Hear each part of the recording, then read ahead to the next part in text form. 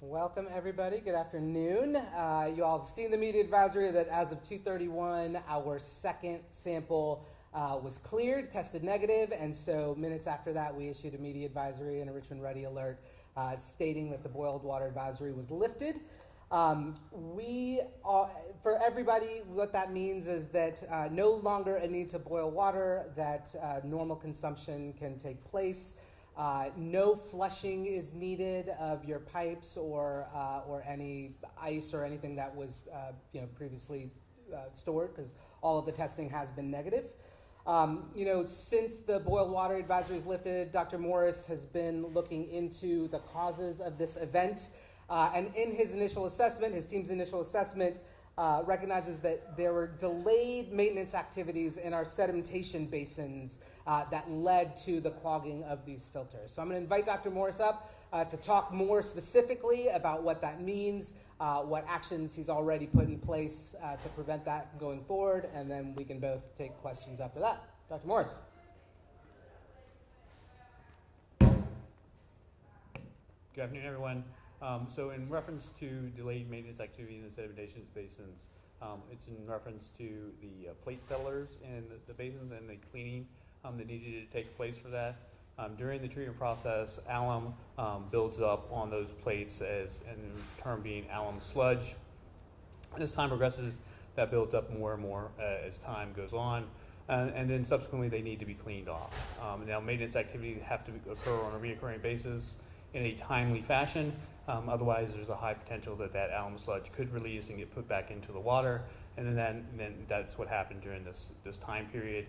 The alum was released, and then subsequently, due to that in conjunction with some poor water quality, raw water quality, that clogged the filters, and which indicated that they had to take the filters offline, do additional backwashing, and then bring the plant back up. That takes time. One of the items that we did to address this concern is change the protocols associated with how those plate settlers are done. Normally they're done on an on-demand basis. That means an operator would go in and say, it's time to do the cleaning of that basin. We've subsequently changed that to a preventative maintenance item, which means that on a reoccurring basis, those basins are going to be cleaned. And so that schedule we set up right now is a weekly schedule that goes through sequentially each of the basins. There's about 4 basins that this entitles to or references to. So I'll give you an example. Week 1, you would clean basin 1. Week 2, you would clean basin 2. Week 3, you would clean basin 3. Week 4, you would clean basin 4. And then week 5, you would revert back to basin 1. And then we're also going ahead and looking at the amount of maintenance items we have, both in the corrective and preventative item. Our contractor or a consultant engineer is going to go through and look at all the maintenance activities we have and see if there's any additional ones we need to add, any additional ones that are corrective in nature that we want to consider to be preventive in nature. And then we're going to go through and update our maintenance protocols to ensure that those activities are going on a recurring schedule.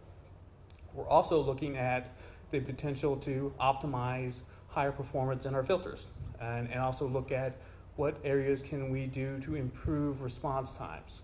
So even when we go through and we look at the standard times needed to do a backwash on a filter, maybe those can be reduced, enhanced, changed in a way to further enhance or have a higher degree of response when you have to do a backwash in an emergency sequence. One of our engineers is going to go through and look at that and then produce a technical memorandum that we're going to assess and maybe incorporate some operational changes to address those issues, both on an efficiency perspective from our filters, but also in a response protocol for emergent conditions. So that's basically how we've handled this and did our response. Do you want to open up the questions? Yeah, I'll just say one more thing, which is to the people of Richmond, we recognize that this has been a really challenging event on the tails of other challenging events with water, and just know that we are super committed to figuring out what the core root cause issues are and addressing those issues. And we know that we are an old city with old infrastructure, and that we are going through a period of pretty rapid change in terms of people, in terms of systems and processes, and that is going to come with some bumps in the road. And so I'm really grateful for Dr. Morris's efforts to not only bring in new staff to build up a new team, but also to address a lot of the long-standing issues with systems and processes. And so I want to thank everybody for their grace and patience with this event, and know that we are going to do everything we can to prevent another one from happening. But there's obviously ongoing work to do with our water system.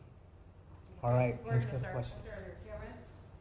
Since you won for Avula, I defer to Tyler over there. Okay. So as far as you mentioned these filters, are you looking at bringing in new filters, replacing them, looking at higher technology? What's the situation there that result in new costs for ratepayers? Yeah, so we do already have an existing filter rehab project that's on the books already. It's included in our CIP. I believe it starts in end of FY26, early FY27. That's the planned duration of that. What that entails is going in and looking at any type of valve replacements, walls, concrete walls assessment, and then also replacing media as warranted. At this time, we're not looking at further enhancements to the filters. They're designed to handle the rate of flow that they have. We're more akin to looking at what changes can we do in the way that they function to see if we can get enhanced performance out of it. Normal process flows, they already have high performance, but we're more willing to look at, in an event where you need to do a quick recovery, what are systems you can put in play to do a more quick recovery, a higher enhancement protocol. Understanding that when a filter goes down, it takes a lot of time to do a backwash sequence. And right now when you're trying to do a recovery, when there's high demand on the system, every minute counts, and you want to make sure that if you have to ever go back and do a multiple filter backwash in a simultaneous manner, that you save all those minutes and make sure that you get the quickest response as possible. Can you repeat the question? The question that was put forth was, knowing that there was issues with the filters, was there any plan to do any capital improvement project to enhance the performance of the filters or new technologies with the filters? Sorry, I have a question for you. So you changed your protocol on how you're going to handle the backwash of the filters and cleaning them out. You just listed those. Is there anything else that you feel needs to be done in the water treatment plant to ensure nothing else happens? We don't go through another boil water advisory, something doesn't malfunction. You get what I'm saying? Like, what other things need to be fixed, and how are you addressing that? Yeah, no, most certainly. The question asked was, knowing that we've already set up some protocols for the filters, and we've already set up some protocols with communications, which we just went through again. Very happy in the response that we did after those protocol changes, communications. Vastly different experience in the communications. But are there any other unforeseen issues that warrant looking into and investigating as a part of condition assessments on the water treatment plant? We've gone through and done some very robust condition assessments. You can go back and look at VDH's report. You can also look at some of our HNTB reports and our own independent condition assessments.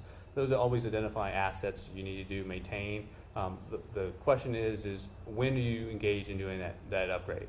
One thing that we noticed in this pool water advisory is that one zone went down quicker than the other. And so one item that we can look at from that assessment is seeing, do we have adequate storage in that zone? That's something we're going to look at in an engineering report to check to see, is that effective?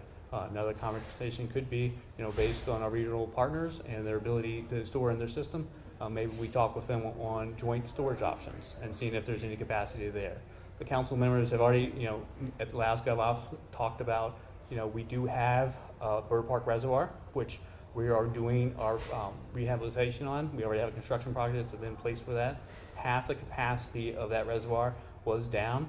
In the event that had been at full capacity, the pool water advisory that we did today, or most recently, would not have occurred because you would have had additional capacity in the system.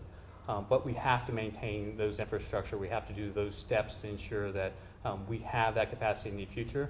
But we are going to look at what additional options we need to put in place. Those are going to be ongoing.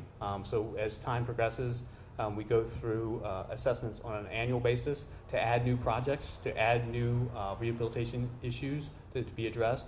And then we go through the rate setting process to ask for a rate that's sustainable to add those new projects on. Administration, the council members, they've all been supportive of those projects to date. I'm happy to report that I wish that that would continue to go forward, and as we identify new projects that may need additional financial support, that those will be incorporated into the rates and approved by City Council. Mayor Avula, for Richmond residents sitting at home maybe watching right now who might be frustrated, rolling their eyes a little bit, trust is severed, what do you have to say to those people? Yeah, the question is, what do I have to say to Richmond residents who are frustrated and who are distrustful of our local government? And yeah, I mean, that I live here, I understand what everybody's going through, I share the same frustration. And you know, the job that I've signed up for is to try to strengthen this local government and rebuild trust. And that's going to not be something that happens overnight. It's something that is going to take probably years to build the right culture and to build the right systems and processes. And that's not an excuse, it's just a reality of what real culture change in City Hall is going to require. And in the meantime, we need to do everything we can to strengthen up issues of core critical infrastructure, and to like really anticipate what future challenges may exist, and try to head them off at the pass. But you know, my attitude coming into this role has been, we're not going to shy away from the problems of City Hall and of the city. At every turn, we're going to look for things, we're going to find them, and we're going to fix them. And that is going to be the story of, you know, my next 4 years of this seat, and that's going to come with a lot of things that we find. But it is the job that I've been tasked with to address those, and so I'm really committed to doing that. Can you all explain what you mean by delayed maintenance? I guess in as much detail as you can. Is this like one time where something fell through the cracks? Is it something that built up over a matter of months or years? And did it have anything to do with the recent staff changes that happened at the plant around this time? So the question at hand is, can I further enhance or explain on what deferred maintenance means? Did it have an impact on changes to the plant or any personnel changes? First and foremost, I'm not going to talk about personnel matters in an open forum. But for deferred maintenance, I explained slightly on this, but the maintenance was a corrective action maintenance request, which means as the operators identify the need to do the cleaning of those plate settlers, then that would initiate a work order that would be put into maintenance, and then they would go out and clean those items. The basin in question here was not cleaned since March, and so that is a prolonged period of time that would not be appropriate, in my opinion. And we have changed that based off the preventive maintenance schedule we propose to do that every 4 weeks to ensure that that does not happen again. Do we know why it wasn't cleaned? We're gonna go on next. We'll cover it. One of the things that came out of this is the revelation that the oxidation system is also down. Are you able to say how many systems in the water treatment plant are down since the water crisis in January? The question is one of the concerns was brought up about the oxidation system being down, and then could we affirm on what other systems may have been down since January? I'm going to speak to the system in play where you're talking about right now is an oxidation system. It's potassium permanganate, and so that in and of itself is what you use for like magnesium, iron removal, or organics. That's been down since December, so that's an item that's been taking off. That system in and of itself is usually done primarily to move iron or magnesium from the system. It was taken down because it wasn't needed. That's an auxiliary system. It's not a primary system. And when you use a system like that, there's instances where it gets prone to clogging. So in order to bring that system back up, we're going to have to do a system flush, look at the pumps, and based off what we need to do at the plant, that system needed to be bringed up because we did not have an issue with iron or magnesium. And so that was a low priority repair. In question on what systems do we know, critical repairs that need to be done at the water treatment plant based on critical assets. One of the items that we identified from the HNTV report was going through and getting a hierarchy of updates on critical assets. Subsequent to that, we've gotten with the maintenance supervisor at the wastewater treatment plant and the water treatment plant who oversees both of those. And I have a monthly report that comes to me and the other executive leadership team members, and we get to review the status of assets, pumps, pipes, valves that are out of commission, and the status of those repairs, which it could be that you're waiting on a part, the manufacturer has the delay in shipping, it's been 2 weeks out, 1 month out, 6 months out. But the status of that report allows executive leadership at DPU to get a little bit more viewpoint into the way that the maintenance items are going on to make sure that if we need to interject, we can. Sometimes there just needs to be a little bit more pressure on the manufacturers, or just trying to emphasize that this is a high priority repair and that we need to get something more quickly. And so that gives a little bit more insight on what needs to be done at the facility. Hello, thanks for taking our questions. So what you're saying is the root cause of this latest water issue is, of course, what we reported on yesterday with that work order and the maintenance request regarding the plate sellers, which was delayed. If you'll recall, that work order stated that someone in the operations department stated it wasn't a good time to clean the plates. I'm wondering who made that decision, why did they make that decision, how will you hold that person accountable considering it led to yet another water crisis? Are you confident in the leadership of the people who are running the plant? So the question is that the work order that's in reference is a work order that identified that the maintenance was deferred, and in reference I think it was a May 12th work order. Is that correct? Yes. That work order stated that the maintenance was deferred because operations did not feel comfortable moving forward with the work order. And then what was that cause, and what practices have we put in place to rectify that in general speaking? Yep. So first of all, again, I'm not going to speak to personal matters in an open and public forum. We do have high accountability on when we make changes in the process.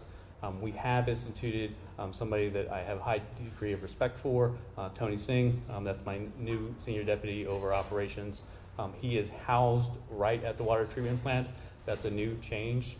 Never before have we had an executive leadership from DPU housed right at the water treatment plant. And his job and his roles on taking on that initiative is to go through and do routine inspections, routine investigations, and trying to improve the overall functionality and accountability at the water treatment plant. This was one of the items that we addressed both in the H&T report, but also in VDH's subsequent report as well. We feel that instituting a executive leadership team member on site and having that constant viewpoint into the operations of that facility will aid in those discussions. But back into the option or the decision to do the cleaning at a particular time or not, when it is a corrective action, they kind of shuffle that to a lower priority. It's a judgment call when you need to do that.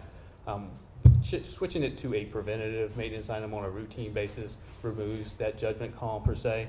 And so we feel very confident in the fact that once I switch this to a preventive maintenance item rather than a corrective maintenance items, it removes that level of judgment that you need on making, does it need to do it today? Does it need to do it tomorrow? Can it hold a week? Can it hold 2 weeks? That removes that judgment completely. We establish the protocol and the time sequence now, and then we hold everybody accountable to that sequence. So was that the right judgment call at the time? We're gonna keep going down the line. Hi, thank you again for saying this. Can you explain the alum sludge buildup exactly, like why that is used to help clear the filters, and what can happen if it's misused?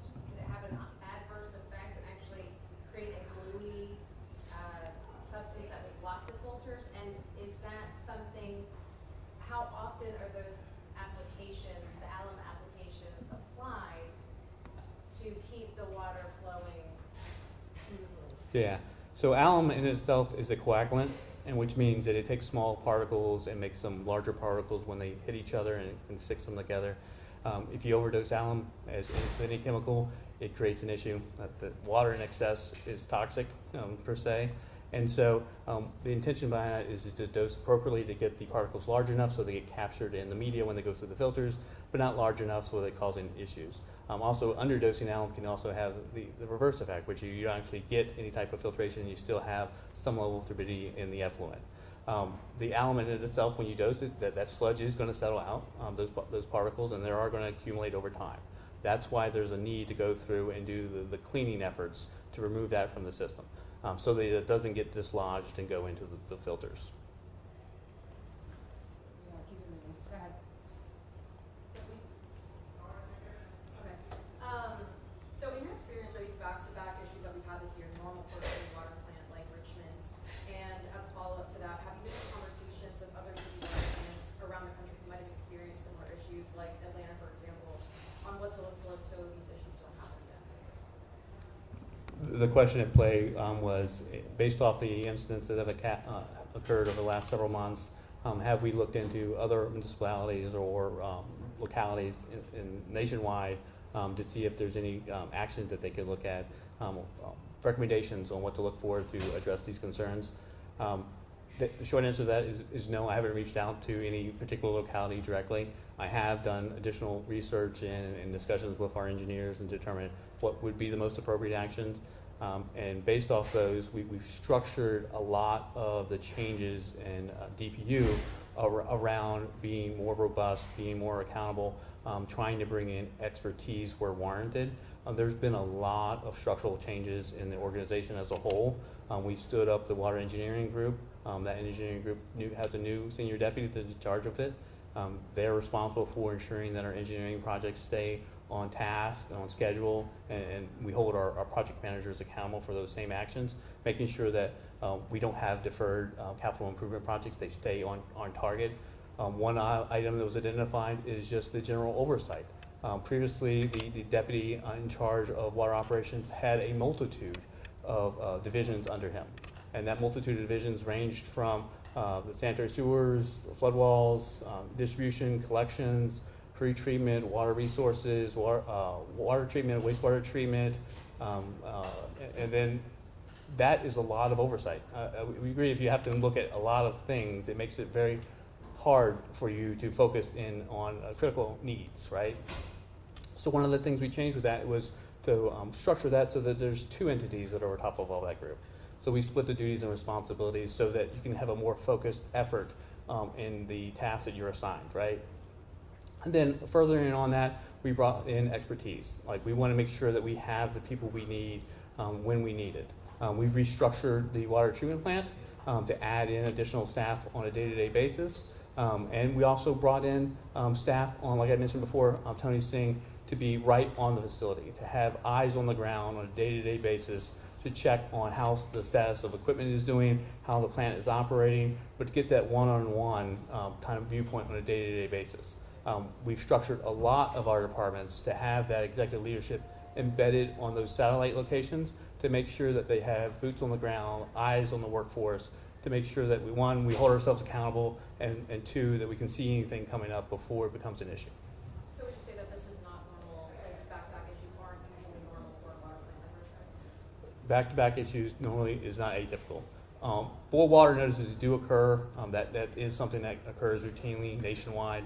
You can go look at the statistics. I believe last year or the year before, there's about 7,000-ish boil water notices on a nationwide basis, but I have to go back and don't quote me on that number because I'm trying to go from memory. But those items do occur. And the reason those occur is a plethora of items can go wrong at a treatment plant. As the mayor referenced, we're in a building year. We're going through and assessing what we need to do, improve on that. There's going to be hiccups along the way. I will never guarantee that nothing will ever happen again. That is not something you can guarantee. Infrastructure fails. If you don't do maintenance on your car is going to break down. I have to do maintenance here. If I don't do that maintenance and we defer the maintenance, there's a high likelihood that you could have an incident. And even if you do everything perfectly, you can still get a flat tire. And so in those instances, we need to make sure that we have those response protocols set up so we minimize the event. We minimize the potential to have service interruptions. We minimize the impact to the community. So we plan for those events in the event that they do occur, and we respond very quickly to those events. But never will there ever be no incidents in the history of the city of Richmond. That's wishful thinking if that was ever to occur.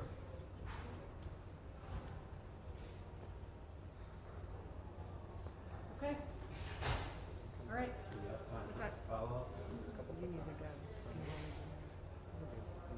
All right, we'll take one or two. Yeah.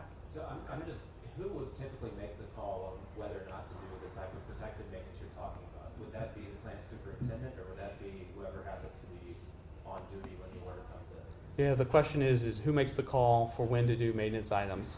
The way that the system's set up is maintenance discusses with operations, and they make a decision together. And so that supervisor over maintenance would discuss the planned maintenance activity with the supervisor on shift, or ultimately the chief operator as well, or the plant superintendent. Either one of those would have a discussion with that maintenance operator and maintenance technician to figure out if they need to do the maintenance or not. So it could be a plethora of those combination of individuals.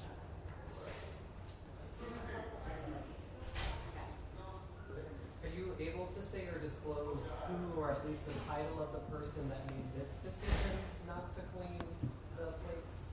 Yeah, the question is I'm able to disclose who or the title of the person that made this decision.